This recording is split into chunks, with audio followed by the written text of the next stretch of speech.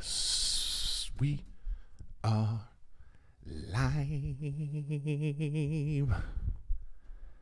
And the rock is red glare. The bombs bursting in air. Gave move through the night. That our flag was still there. Oh, say that star-spangled banner wave for the land of the free and the home of the brave.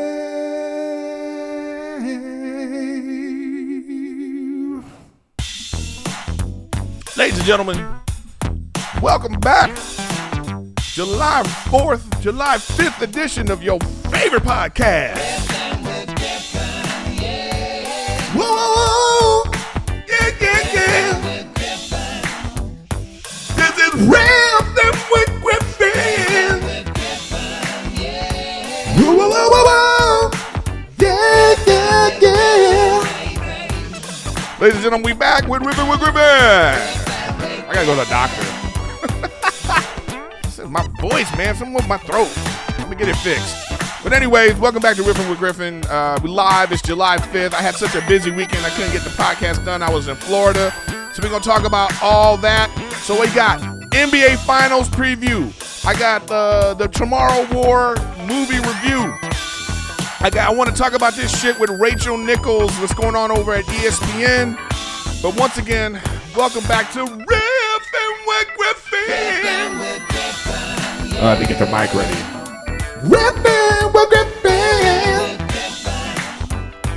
Whoa, whoa, whoa, whoa. Yeah, something's wrong with my throat, y'all. I'm telling you, I might have some polyps. I gotta go check it out. I've been using this like singer spray and all this kind of stuff to see, because I do feel like there's something. When I'm in the shower, I can't hit my notes. So I know something's up. Anyways, but welcome to Riffin with Griffin, live in full effect. Thanks for being here. You know, normally I get the podcast done, but I was like in Florida, and then it was just, oh man, the internet at the hotel I was at was trash. Okay, and I just do not understand how you can have trash internet in 2021. So before I start with my bitching, I forgot I got to do my pre-roll. This is supposed to be a pre-roll. But anyways, welcome to Riffin with Griffin. And first off, I want to give a shout out to, let me get this up and ready to go. Shout out to HELIX Sleep. HELIX Sleep. Big shout out today to HELIX Sleep. Take their 2-minute sleep quiz, and they'll match you to the mattress that will give you the best sleep of your life. Find your perfect mattress at helixsleep.com/Griffin. Love HELIX Sleep. So anyways, guys, I was out in Florida. So let's talk about two things. First, let me do some bitching with Griffin, like right up top. Right up top, we're going to do some bitching with Griffin. So all right, first you're wondering why my face is shaven, why I look like a crazy person. But I'm so used to like doing the look now. But the first time I did this, I was like, what is up with my top lip? Like I don't even have one. But so I was shaving, right? So I'm getting ready for the show. You know what I mean? I'm in my room. It's like 10 minutes. I got to get downstairs to the show. I'm shaving, you know? And then like I was just trimming my beard, like just tightening it up. And then I had the one guard on the razor. And then as I'm going like this, one guard flies off the razor and I go, zzz. So I had this stupid mark on my face, like, you know, this low. And so then I had to rage shave the rest of my face, which really ticked me off. So that's what I did. I rage shaved the rest of my face. So that's why I'm clean shaven like this right now. Now, the other thing, though, is like, so I'm at this hotel, man, and I do not understand. Like, I travel a lot. So sometimes you're at a hotel and the internet is great, and you're like, wow, this is pretty good. Then there's sometimes you're at a hotel where you're like, how is this internet shitty? Like my cell phone, like the 5G tethering, like I don't know if you guys have 5G. If you have 5G, I think most people do at this point right now. But if you have 5G and you use it to tether, man, you're getting great broadband connection, man. It's better than broadband in some cases. Like I use my cell phone sometimes when I stream for Twitch, which is, make sure you check out Erik Griffin Gaming on Twitch. I'm gonna be doing that after this. That's twitch.tv/Erik Griffin Gaming. I need to have a little thing for that up here. I don't have it yet. But anyways, I use my cell phone. Like I'm literally using my cell phone to play Call of Duty from my Xbox, and it's great connection. I'm on a server playing with hundreds of people, and there's no latency, nothing. It's great off the cell phone. You're in this hotel Wi-Fi. Like to me, if your hotel Wi-Fi is cheap, if it's shit, you are actively being cheap. Whoever the owner is of the hotel, because there is no reason for shitty Wi-Fi at this point. Okay, none at all. I do not understand it. It's like they're actively like what little bit of money are you saving to not have the best Wi-Fi? And what are these Wi-Fi companies doing with the hotels, making them think they have good Wi-Fi? Like, what kind of cheap shit is that? It's like, come on, guys. Come on, hotels. Stop messing around. It's 2021. Everybody's got laptops and cell phones and iPads, and then they bring in multiple people with them. So, there's like sometimes 2-3 people in a hotel room. Maybe you got your family, your kids got their phones. There's no reason for it to be where you can't everybody get good Wi-Fi in a hotel. It makes no sense. You know what I mean? It makes zero sense at all. So I don't know. But thanks for being here, guys. I know you guys are live, and I'm doing everything myself. So, I got to go in and look in the chat, and there's idiots in the chat. So hi, all you good people in the chat. The rest of you will get a timeout when I look. But thanks for being here, guys. The chat. So if you see me looking over there, I'm looking at the chat. For everybody listening later, thanks for listening to Riffin with Griffin. So, but yeah, I just don't understand how you can have cheap internet in 2021. How are we having cheap internet in 2021? Does it make any sense to you? It don't make any sense to me. So that's my bitching about that. And then I was in Florida, and man, I totally get why a large portion of the United States population lives in California. That weather in Florida, I just don't get it. It just doesn't seem like a place I would want to be dealing with on a regular basis. It just feels like a hot, wet ball sack is surrounding your body at all times. It's just moist. You are moist all the time. And then when it's hot, you're hot and moist. It's just not a good feeling. I'm with the owner of the club. We go to breakfast. And I go, well, nice weather today. He goes, well, it's probably going to rain. I'm like, what? It looks beautiful. Okay. We walk into a restaurant. It takes me to breakfast, right? It's beautiful out. I mean, I'm telling you, beautiful. Go inside this restaurant. When we come out, it's a monsoon, okay? Monsoon outside. Like, what is happening? Like, to the point where I was ready to build an ark and collect animals because I thought this is some end of days shit. And everybody you don't even know what to wear. You walk out in Florida, like you can have shorts and a t-shirt on, and then it feels right because you're like, man, it's hot. I'm sweaty. Next thing you know, torrential rain. Then you're like, do you need an umbrella? So Florida's the only place you walk outside with a tank top and shorts and an umbrella, and it's perfectly fine. Like it just makes perfect sense. So I don't know about that weather in Florida. So kudos to people that live in Florida that can deal with that. And then on top of that, you have to always worry about a hurricane. I don't know, man. I just get why people live in California because it's just the right amount of dryness. There's certain places in the country where I just don't get why people live there. Coming from California, I'm saying, I just don't get it. Maybe I'm a California snob. Maybe I'm a California weather snob, but I just don't get it. Arizona is another place. You go to Arizona and you go, this is a hot butthole all the time. Like, it's the kind of hot where you just, like, you go, how did people settle here? At a certain point, they had to feel this heat. When it's 100 degrees at noon, at midnight, 100 degrees at midnight, you just go, oh, man. So you're always living with, like, air conditioning. And then that can't be good for you either. So the places like that. So you go to Arizona, it's just hot as hell. And then you have places like Alaska where it's like below 30. You just go, what? Like you always covered up, you know? And then you have like places like Chicago.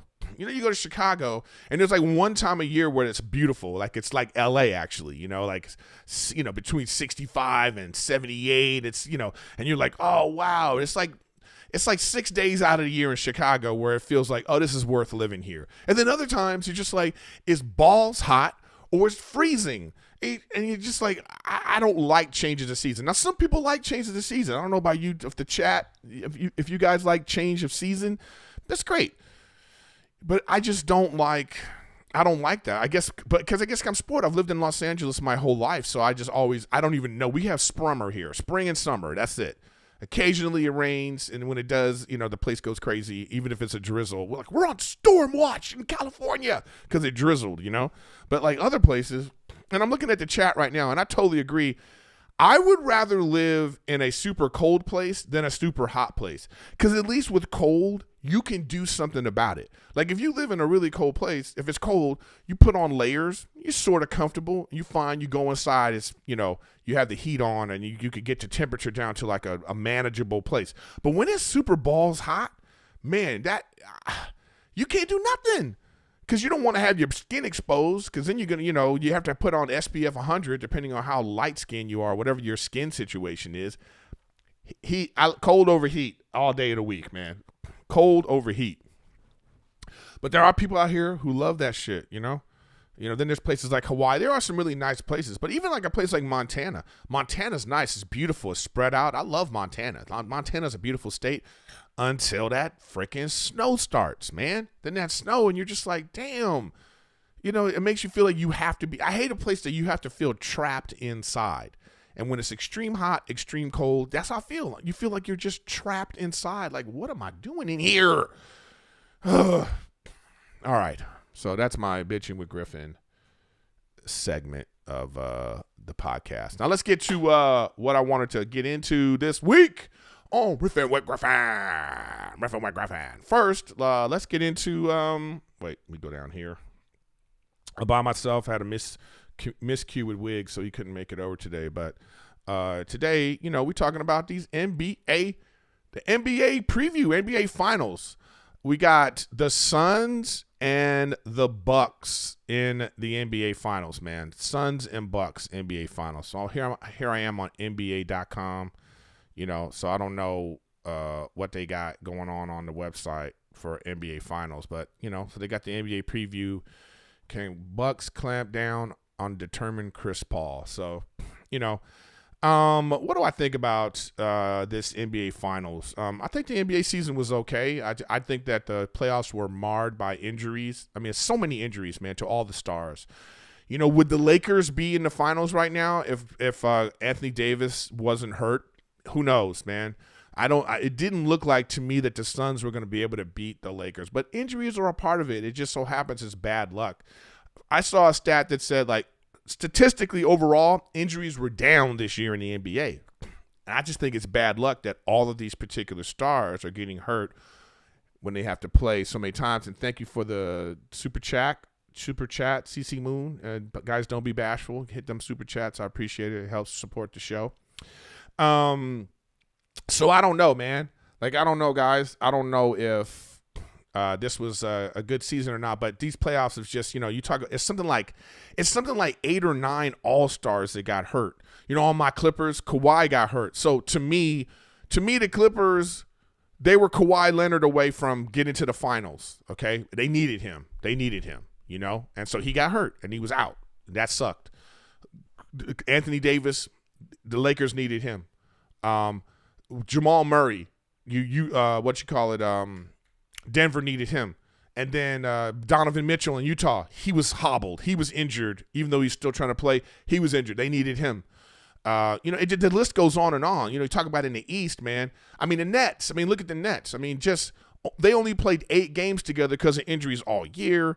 And then, you didn't have Kawhi Irving again. I mean, Kawhi Irving. Wow, what a great player that would be. Kawhi Irving. Kyrie Irving didn't, play, and they needed him. I mean, the Nets looked like they were going to demolish the Bucks. Demolish them. They were going to demolish them. And then everybody got hurt, but it's part of the game, And so here we are and then look at the Bucks. The Bucks, see, now the Bucks showed me something with this because I don't believe in the Bucks. I just don't. But might have been the best thing for them was Giannis going down against Atlanta, and it made these other clowns get their shit together, man.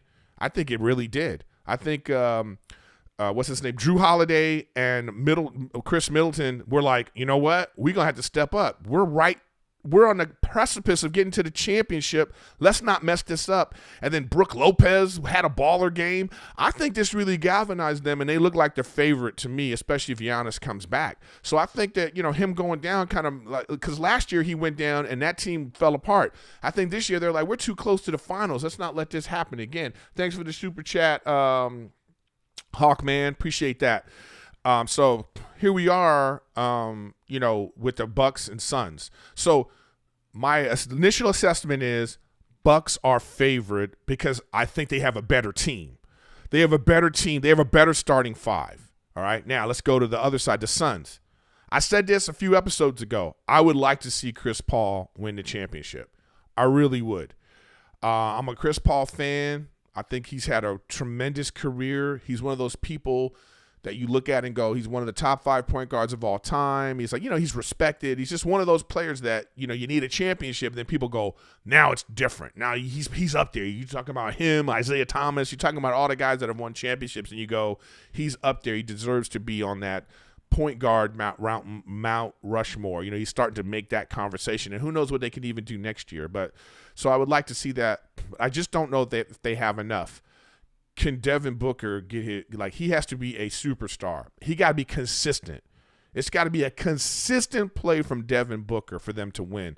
And Ayton, he just is a monster right now. So I give it up to him for how he's playing. But I don't think that they have enough unless those guys have tremendous games, just 7 tremendous games to win the, if it goes 7 games, that probably means they didn't have tremendous games, but there's got to be a level of consistency for these guys to win. So I don't know if Giannis is playing or not, but at least he didn't have any structural damage on that knee.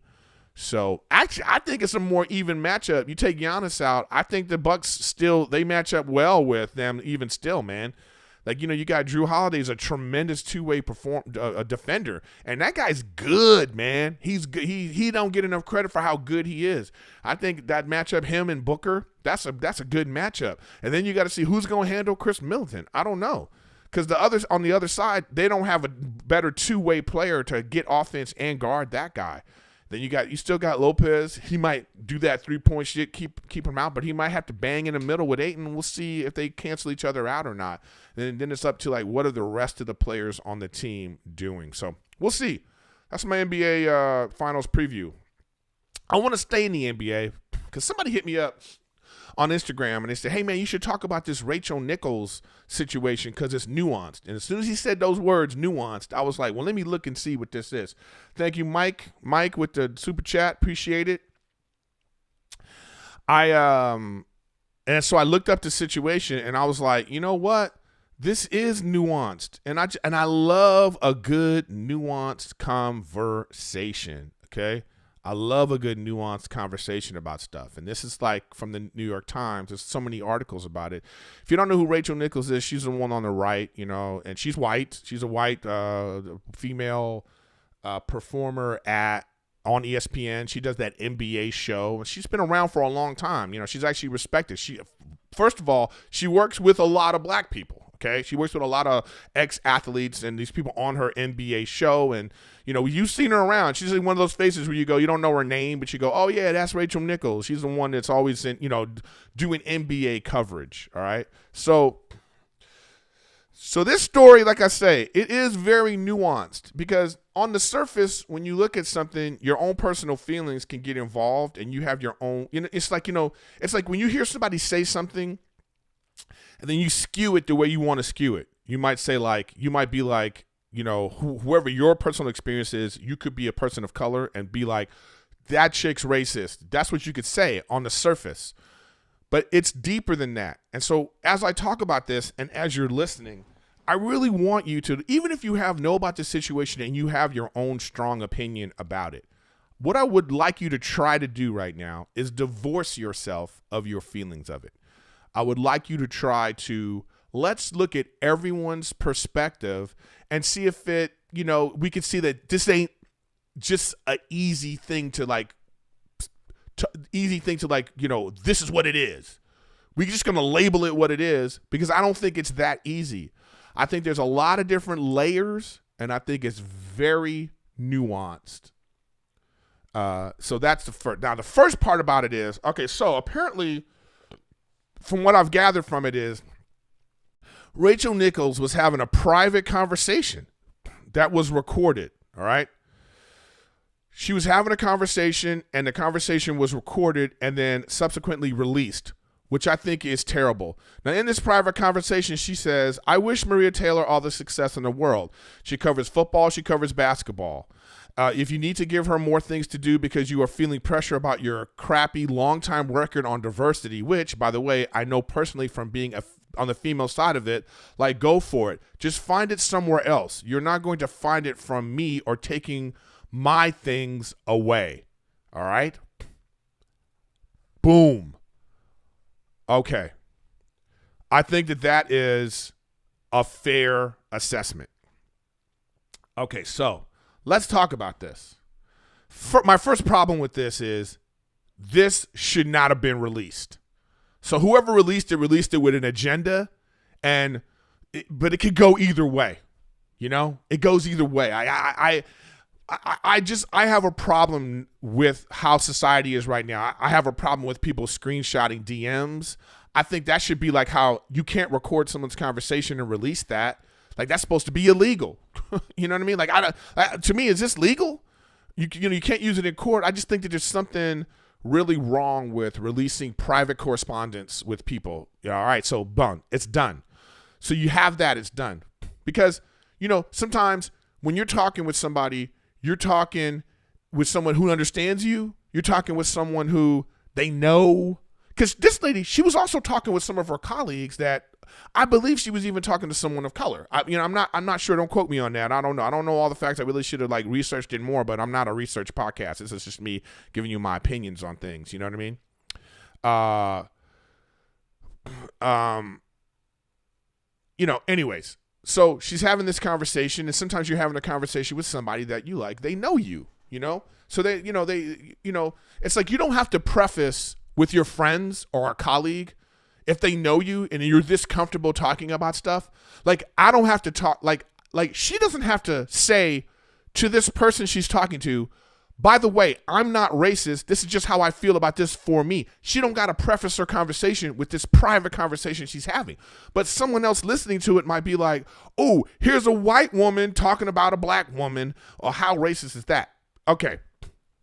That's why I'm saying divorce yourself of your opinions and see how we could just think about this for a second from her perspective. So here she is, this white woman, just first of all, woman, working at ESPN, and you want to talk about where toxic masculinity, not that I have anything necessarily wrong with that. Like, I'm tired of people using those words to make men seem evil. Oh, no, that's just some term they use for being a man. You know what I mean? Like, when you're around man stuff, it's like sports. It's very masculine. It's very A-type personality. It's also a meritocracy where the best, whoever the best is going to be shining no matter what their race or color, or whatever sexual orientation. None of that stuff even matters when it comes to sports, because if you're the best, if LeBron James was gay, you know what I mean?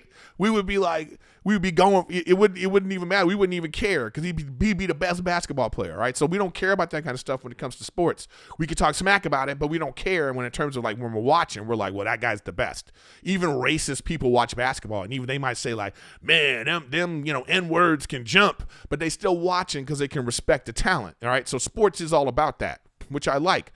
So here she is, this woman trying to make it in a man's world, and she did. She's got this hit NBA show. She's been around the finals. She's been around all these things. She's one of the few women that work at the network. She just happens to be white, but she's like, yo, I deserve this shot. Like, I've been in the trenches, okay? That's what she's talking about. She's talking about, like, regardless of who's getting the job, she's saying, my credits, I deserve it. Don't take away from me because I'm white. And I'm sure that's a lot of sentiment that's a sentiment that a lot of white people feel. You could be a good God-fearing white person right now who doesn't have a racist bone in your body, and you are qualified and you are working hard and you feel like you are working for a job and you want it, and then the company that you work at has a terrible track record of diversity, has a terrible track record of gender equality, and then they give the job to someone and you go, I'm more qualified than that person. But the people from the outside looking in are making it about, oh, you think you're more qualified than that person because of that person's gender or color or race. And that ain't what it's about. It's about you feeling I'm qualified. Look at my damn resume. My resume shows I should be getting this job. Why are you taking this away from me? Boom. And if you think this other person is qualified, take away some of the other people. You still got white guys there working. There's going to be white guys at the finals. You know, there's going to be athletes at the finals who are their only qualification is they're an ex-athlete. Take away from them. Why does it have to be the two females have to go after each other? Why does it have to be that? You know? So that is like so that's when you look at it from just Rachel Nichols' perspective. I don't think she was bad-mouthing this woman. I don't think she was bad-mouthing Maria Taylor. I just don't. I don't think she was bad-mouthing her. I think she was saying, yo, what my qualifications, I am qualified for this. You know what I mean? I'm qualified for this, you know? So I think that was like, I think that was what this was ultimately about, you know? I think that's what this was ultimately about for her perspective on it. Just a second, guys. I gotta ban somebody from my chat. Guy's a real asshole, so he's got to go. And this is what happens. You know what I mean? So now he's hidden. Good riddance. Go someplace where somebody cares about what you think, because it's not here. Anyways, so that's that perspective there. So you have her side of it. And then I think that she's also pointing out that, yo, this company that I work for is toxic. We've had so much problems with diversity and gender equality within this company. And now all of a sudden because the world is got their eyes on it, you do this sort of transparent move where people, you think that that's easing the things that people feel about the company. I think ESPN has a problem, and she's pointing that out. It just so happens that Maria Taylor's on the other side. Now, you look at Maria Taylor's side. She's like, yo, I'm doing my thing too. I'm qualified. I've been working hard. And you want to talk about inequality and diversity. She's like, not only am I a woman in a man's world, I'm also a black woman. So you add that on top of that, and she's like, yo, I'm working hard too. I deserve this too. And so it just sucks that the company seems to be pitting them against each other because of how they made this choice. And I completely understand from my own perspective, and I'll give you my own personal anecdote for this. This is what's happening in comedy. Listen, man, I'm a person of color. Not only am I a person of color, I'm not a looker. I'm not one of these handsome comedians. You know what I mean? I gotta be funny. When I get off stage, nobody's going, he's hot, because that's what you hear a lot. There are certain comics that I hear women in the hallway after the show. I've heard this, no exaggeration. A comic has gotten off stage, and I hear the girls talking about him, and the first thing they say, oh, that guy's hot. He's so hot. I never get that. I always got to get, he's funny. Oh, that guy's funny. So I'm fighting that, and then I'm fighting being a minority. I'm also fighting being like an ambiguous minority, So that's been my struggle, even just at the Comedy Store. Just in Comedy Store, and specifically when I was first coming up. It was very white. It's still very white. It's still a lot of white comics, a lot of white male comics, and now a lot of white female comics. It's very white at the Comedy Store, okay? So me trying to make it in that environment, it wasn't easy. I had to bust my ass to get what I got. Now we're living in this society where dumbasses like to tweet at the lineup. They see the lineup and then they tweet, oh, there's no females on the lineup? Where are the female comics? How come there's no female comics, you know? And my shit is like, yeah, take another look. It's still mostly white. So you want to take away. So don't lump me in with your male, your male hate. Oh, it's another male. Oh, it's another male. It's like, yo. I had to bust my ass to get here. So whoever you are, bust your ass to get there. But don't lump me in like I'm the same. You think I could just call a place and be like, yo, I'm a male, put me on the lineup? It don't work like that. I know you want it to. I know you want to think it works like that, but it doesn't work like that. It's more nuanced than that. And I don't appreciate being lumped in and having shit taken away from me because, it's like, what is the diversity going to be? So we're going to have 6 white women on the lineup? Is that going to be the diversity? Because then where's everyone else? Where's the black women? Where's the Asians? Because it'll never stop. We have the Stop Asian Hate. So now it's like, well, we got to put Asians on the lineup. We got to put, you know what I mean? At a certain point, comedy's got to be like sports. It's got to be a meritocracy. We got to make it where the funniest, the people that sell the most tickets, the people that, like, all these factors go into it. The people that people want to watch, people that they come to see. It has to be about that. And these people don't think that. You think you could just put, hey, let's just have an all-female lineup, and you think people are going to come watch that. No, they're not. And it's not because they're female. It could be because they don't know who these people are. If you had a lineup of like Whitney Cummings, Eliza Schlesinger, and Ali Wong, and you had a lineup of people that work all the time, that are super successful, that are super funny, these people that people know, yeah, the lineup's going to be thick. They're working. These people the female comics that are like at the Comedy Store, they work all the time. They're always working. And when they come there, they get spots. It's these other ones that think, oh, we're just going to put this person who hasn't been doing comedy a long time. We're just going to put her up and we'll see it because people are going to be like, oh, well, I want to go see them just because of this. It don't work like that. You still got to be funny. You still have to have something, some charisma, something. So it's like it's more than just people don't go to comedy shows because of race, gender, or sexual orientation unless you make it about that, unless you make it where it's like the gay show, the Asian show, the urban night. Then you think then you've made it about that as opposed to, making it about these are the funniest, most famous people. That's why people want to come see them. It's a tough sell in LA. So anyways, again, it's more nuanced, it really is. It's not just about that. It's not just about, and listen, and while I agree, it's a very masculine world, even in comedy, and the same thing with probably ESPN. There are a lot of very funny female comedians that are not getting the shots that they deserve. So we need to change the overall culture of comedy, and the same thing at ESPN.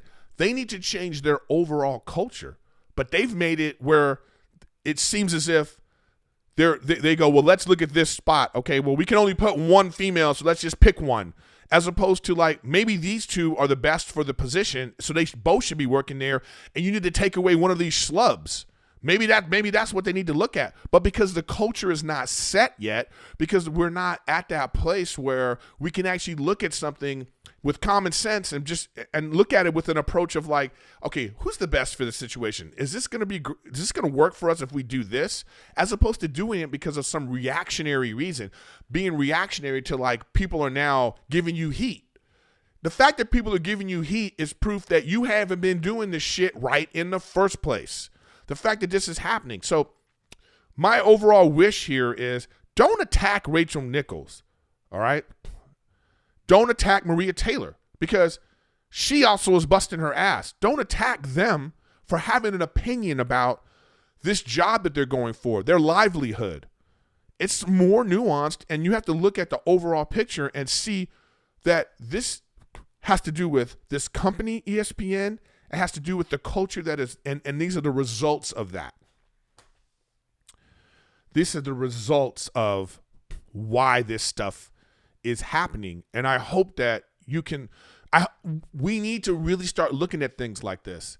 People are so, like, I'm telling you, sometimes people write comments, and the people that write comments, I mean, legit, you're an idiot. Like, I'm telling you, like, some of these comments people write, you don't delve deep enough into, say, what I'm saying right now. Like, if you attack me for talking about this, then you're not paying attention. Because I'm not faulting any one particular person in particular. I'm talking about, like, the causes of why this is happening.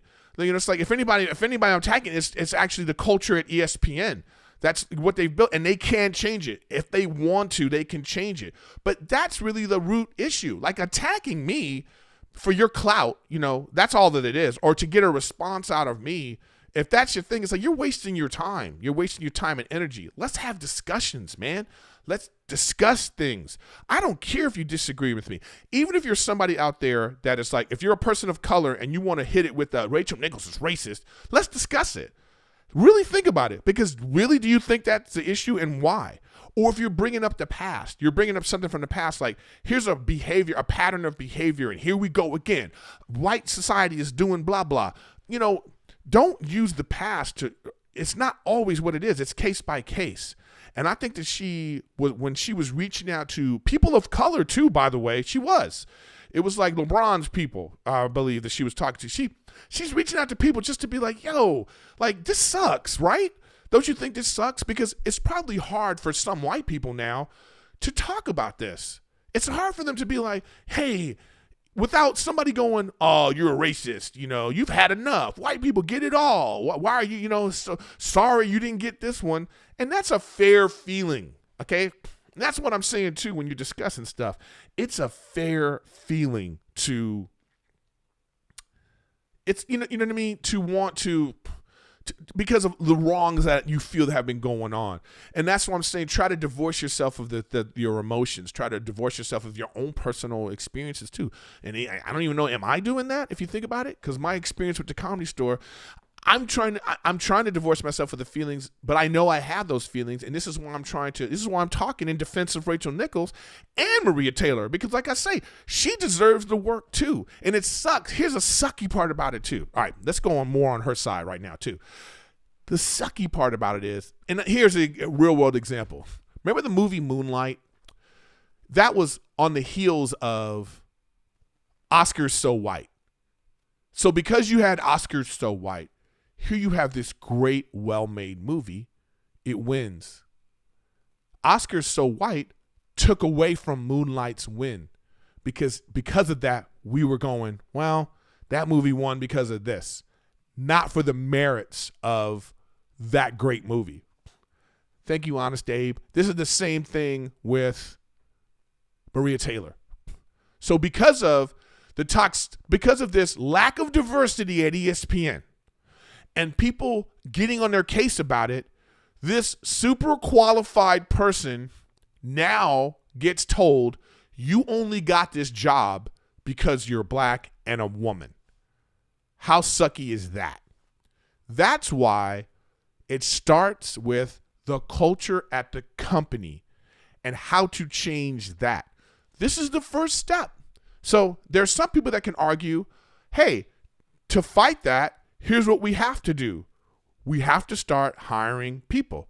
So in the beginning parts of it, it's going to feel weird. It's going to suck. There's going to be people like Rachel Nichols who are going to feel cheated. But the only way to combat this, the only way to change the behavior is to, now we have to hire. But it can't just be one. You have to see a sweeping change. It has to be like, let's get the most qualified people and then we'll deal with it. Then you stand by it. Because they should support her. They should support her, the person that they hired. They should come out and be like, yo, this is insulting. She's super qualified. And this is why we hired her, you know?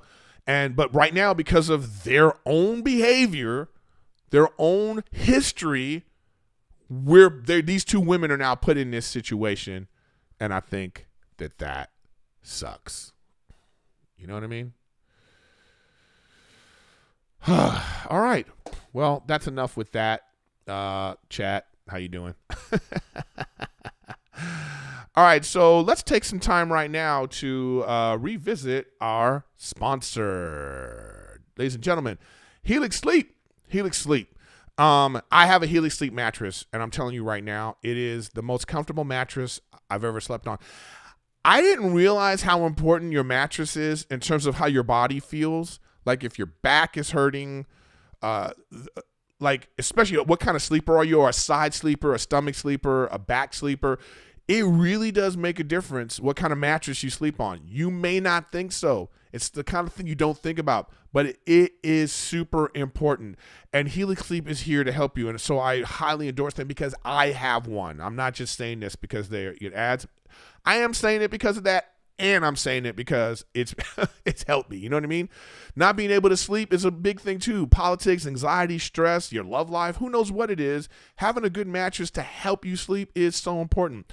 Now, the big thing about HELIX Sleep is they have this great sleep quiz. You take the 2-minute quiz to complete, and it matches your body type to the best mattress that they have. I love that. It's like I always say, it's like eHarmony for your body and your mattress. You know, Tinder for your mattress, man. Get the right mattress and you swipe right on the one that you want. HELIX is awesome, but you don't need to take my word for it, right? Please take this 2-minute sleep quiz. HELIX was awarded the #1 best overall mattress pick of 2020 by GQ and Wired magazine. Just go to helixsleep.com/Griffin, take the 2-minute sleep quiz, and they'll match you to a customized mattress. It will give you the best sleep of your life.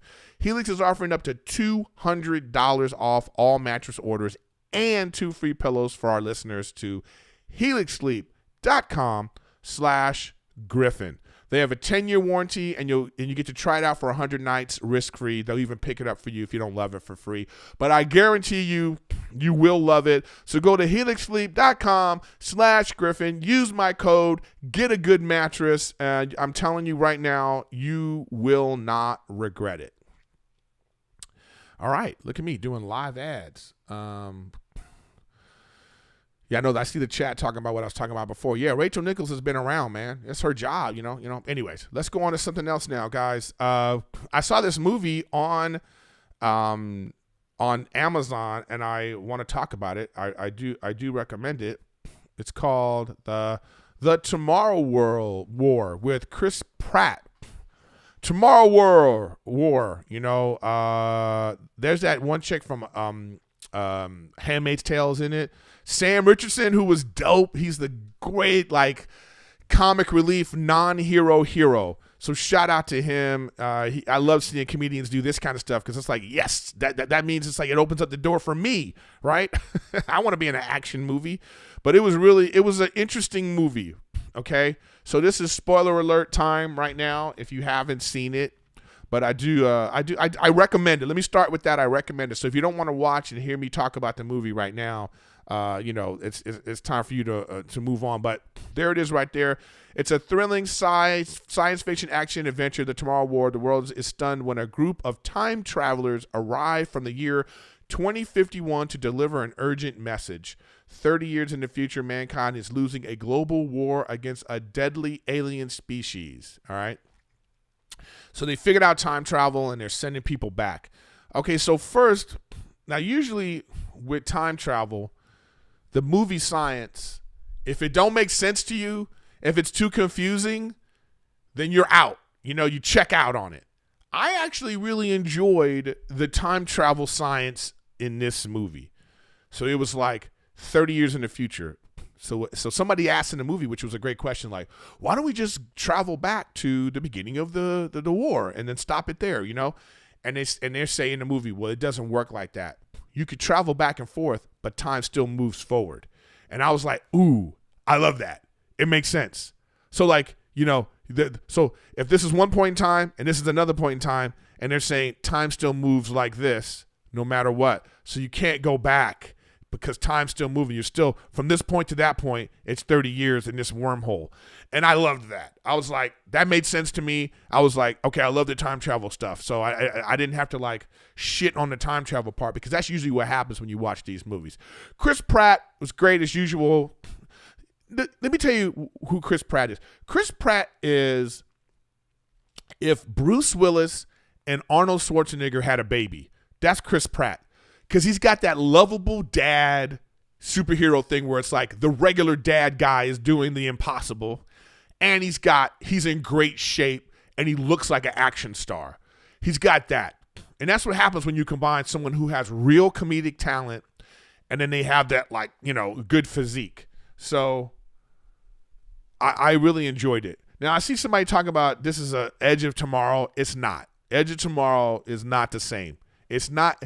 I know it feels like that because it's got the word tomorrow in the title, but that wasn't even the original title of that movie. It's not. And I love that Tom Cruise movie. That I really loved it. But this is not the same. It's not at all. All right, so Chris Pratt. I love Chris Pratt in this. He's great, and I thought the cast was great. But I do have some problems with the movie. I have big problems with the ending. Like, I just have problems with the ending, the science of the ending, like what they did to, like, solve the issue. There was this big explosion, whatever they were doing. You know, they went to Russia. You know, all this. I didn't like that. You know what I mean? Like, if you saw the movie, you'll know what I'm talking about. It was like they found him too easy. That's all I'll say. I won't do too much of a spoiler, but it was like, no way they found him just like that. You know, I thought that was, like, lazy. But overall, you know, it's about a father and his family, and it's like, it's a real good, like, family story too, because he had this issue with his father, played by J.K. Simmons, and, like, you know, men have their thing. Well, this is why I left my family, and they have some justified reason why they did it, you know. And then he comes to find out that, you know, through the story that he might have made a similar choice, and it's about forgiveness, and it's about, like, you know, it's about, like, reprioritizing what you think is important in your life. So there was a lot of good messages in the movie, along with having some great action. I think that the monsters, one thing as a negative for me is, like, the monsters and the aliens in the movie, they seem to be way more powerful than what they were actually doing. Like, I just didn't believe that these humans could fight off so many aliens, you know? An example is, like, look, I'm kind of artsy-fartsy when it comes to suspending my disbelief in a movie. I want to suspend my disbelief, so when I see something, I need to believe that this is possible, and I can't start poking holes with my analytical brain because I'm a comic. So when I look at something, I always overanalyze because I see, where can I make a joke out of this? So if I'm analyzing and I see some holes, I'm going to give you an example from a different movie. So the last Star Wars movie that came out, Return of Skywalker, or whichever one it is, you know, my biggest problem in that movie is, how the fuck is the Empire building 1,000 ships? Like, if they can build 1,000 ships, they should have already won. They should have already conquered the universe. Why are there so many ships? And where did they make these ships? Where did they get the metal from to make these ships? Where did they get the power to make these ships? So you're just holding on to all these ships in some secret part of the universe when you could just dominate right now? You could just send, like, 4 ships. How many ships does it take to take over a planet? You just take 4 ships, you start shooting lasers at the earth, at the ground, and you send them a message, yo, we're taking over. You know, it don't make any sense.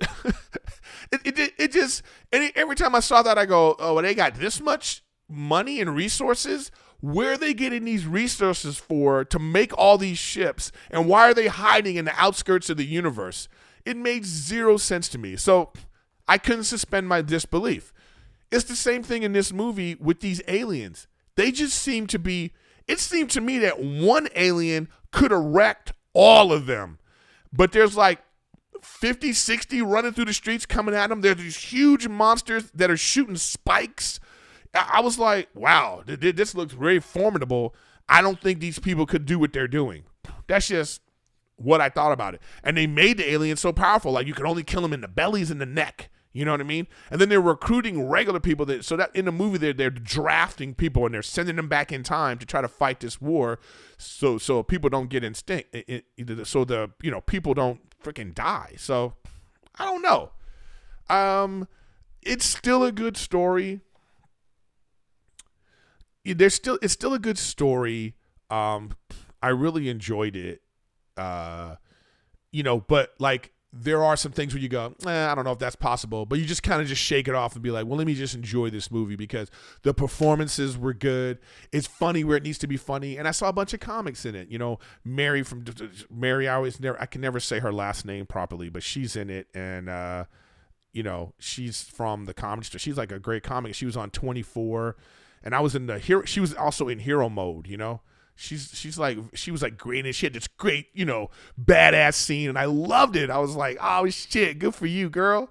Mary Lynn, you know, let's go to. I'll show you right now. Mary Lynn was in it, and a shout out to her. I got to get her on the podcast, but you know, she was in it, you know, and it was so dope to see her be in this movie, and she was like a badass in the movie. So shout out to Mary Lynn right there. You know, so that was dope to see when you see your friends in a movie like that and they're being a badass. I love it. You know what I mean? So, yeah. So kudos, shout out to Mary Lynn and the people that made this movie. I think they did a good job, and it's worth seeing, and it's on Amazon. So if you have Amazon Prime, go take a look at it. You know what I mean? And make sure you check me out on Twitch. I do stream. You know what? I was going to end with that, but I got to tell you guys about this Bruce Willis movie that I saw on the plane. Man, I don't know what Bruce Willis's situation is right now, but I got to tell you, man, this dude is in a ton of really shitty movies, dude. I got to look on this IMDb to even get the name of this movie. It was on I saw it on the plane, right? You know, and dude, I don't know. Like, if you go, like, just search Bruce Willis on Netflix, y'all, and you will be surprised at how many movies he's in that you've literally never heard of before. Like, I'm looking at his IMDb right now. You know, he's doing another Die Hard, okay?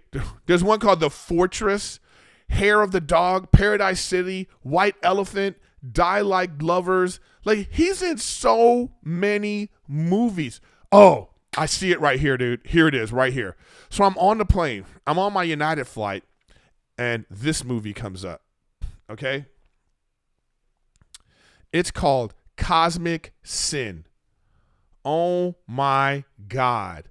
Guys, this is the shittiest movie. Oh, man, you got to watch it just to see. Like, everything about this movie was terrible. I mean, I'm watching it for free, and I turned it off. I got like 3/4 in, and I couldn't believe the performances. Like, I get it. It's low budget. You got Bruce Willis. He was probably being a monster on set just from like, I'm Bruce Willis. It's like, you watch a movie and being a performer and have been in movies, I know what it takes. What I'm saying, I know when you see something bad, I know why it's bad. For sure, they only did like 1 or 2 takes of every scene. For sure, they were like, we got it. Let's move on. Do you know what it takes? Like, I'll give you an example. You watching Workaholics, man. Workaholics. I've told this story before, but I'll tell it again about this. Kyle on Workaholics. He you know, last season of Workaholics, I'm dying up here. And he sees the show, and he hits me up. He's like, yo, man, you've really grown as a performer. And I took offense because I was shooting these shows at the same time.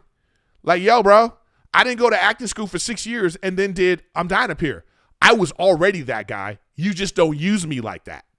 This other show did. I'm Dying Up Here was a drama. We did like 5, 6, 7, 8 takes. We did different angles. I got so many chances to get it right and do it right. On Workaholics, let me tell you how it went. If I'm doing a scene with the boys, with Adam, Blake, and Anders, I'm doing a scene with them. The camera's behind me shooting them. It was like this. Single on Adam, single on Blake, single on Anders, double on Adam and Blake, wide coverage, swingle, single on them. I'm talking about 20 takes so these 3 could get it right. Turn it around on Montez. 2 takes, we're out. 2 takes, 3 takes tops. Got it, moving on. That's how you get shitty work. That's how shitty work happens. And I guarantee you on this Cosmic Sin, that's how they did it. It was like, let's get this done. We got 3 weeks to get this done. We only got Bruce Willis for like 10 days. We got to do the whole movie. I bet you it was some shit like that, man. And you know what? You get shit work when you do it like that. You know? That's how shitty it is. I know that's what it was. So anytime you watch a movie and you wonder, like, why did they use that take of that person? Like, you didn't believe the person, or you thought like that person wasn't being a good actor. I'm telling you, it was in the creation of the show or movie. They only did like 2, 3, 4 takes, maybe 4 at the top. And they went, we got it, moving on, because they needed to get the shit done. And that's what happens, you know, just lucky for me, even when I'm doing Workaholics, you know, I'm a funny guy. So I'm a stand-up comic. So like, I'm funny, you know what I mean? So it was easy to be Montez and just have big moments and be funny. But sometimes there were many times when filming Workaholics that I wanted to do it 3 or 4 more times. Trust me, I wanted to do it differently and see if I could really get it in. But, you know, they didn't allow that, man. They didn't allow it at all. So it is what it is. But I don't know why I had to talk about that movie, because I'm telling you right now, that movie is terrible. And you know who's another one? Samuel Jackson. Sam Jackson and Bruce Willis. Man, you look at their IMDb and you check out some of these movies, you'd be like, why is Bruce Willis in this movie? That was my first thought when I saw this. I was like, why is he in this movie? What is going on? So, I don't know, man. Oh, yeah. Oh, somebody in the chat just asked me, did I ever ask for more takes? Oh, yeah, dude. This became a running joke.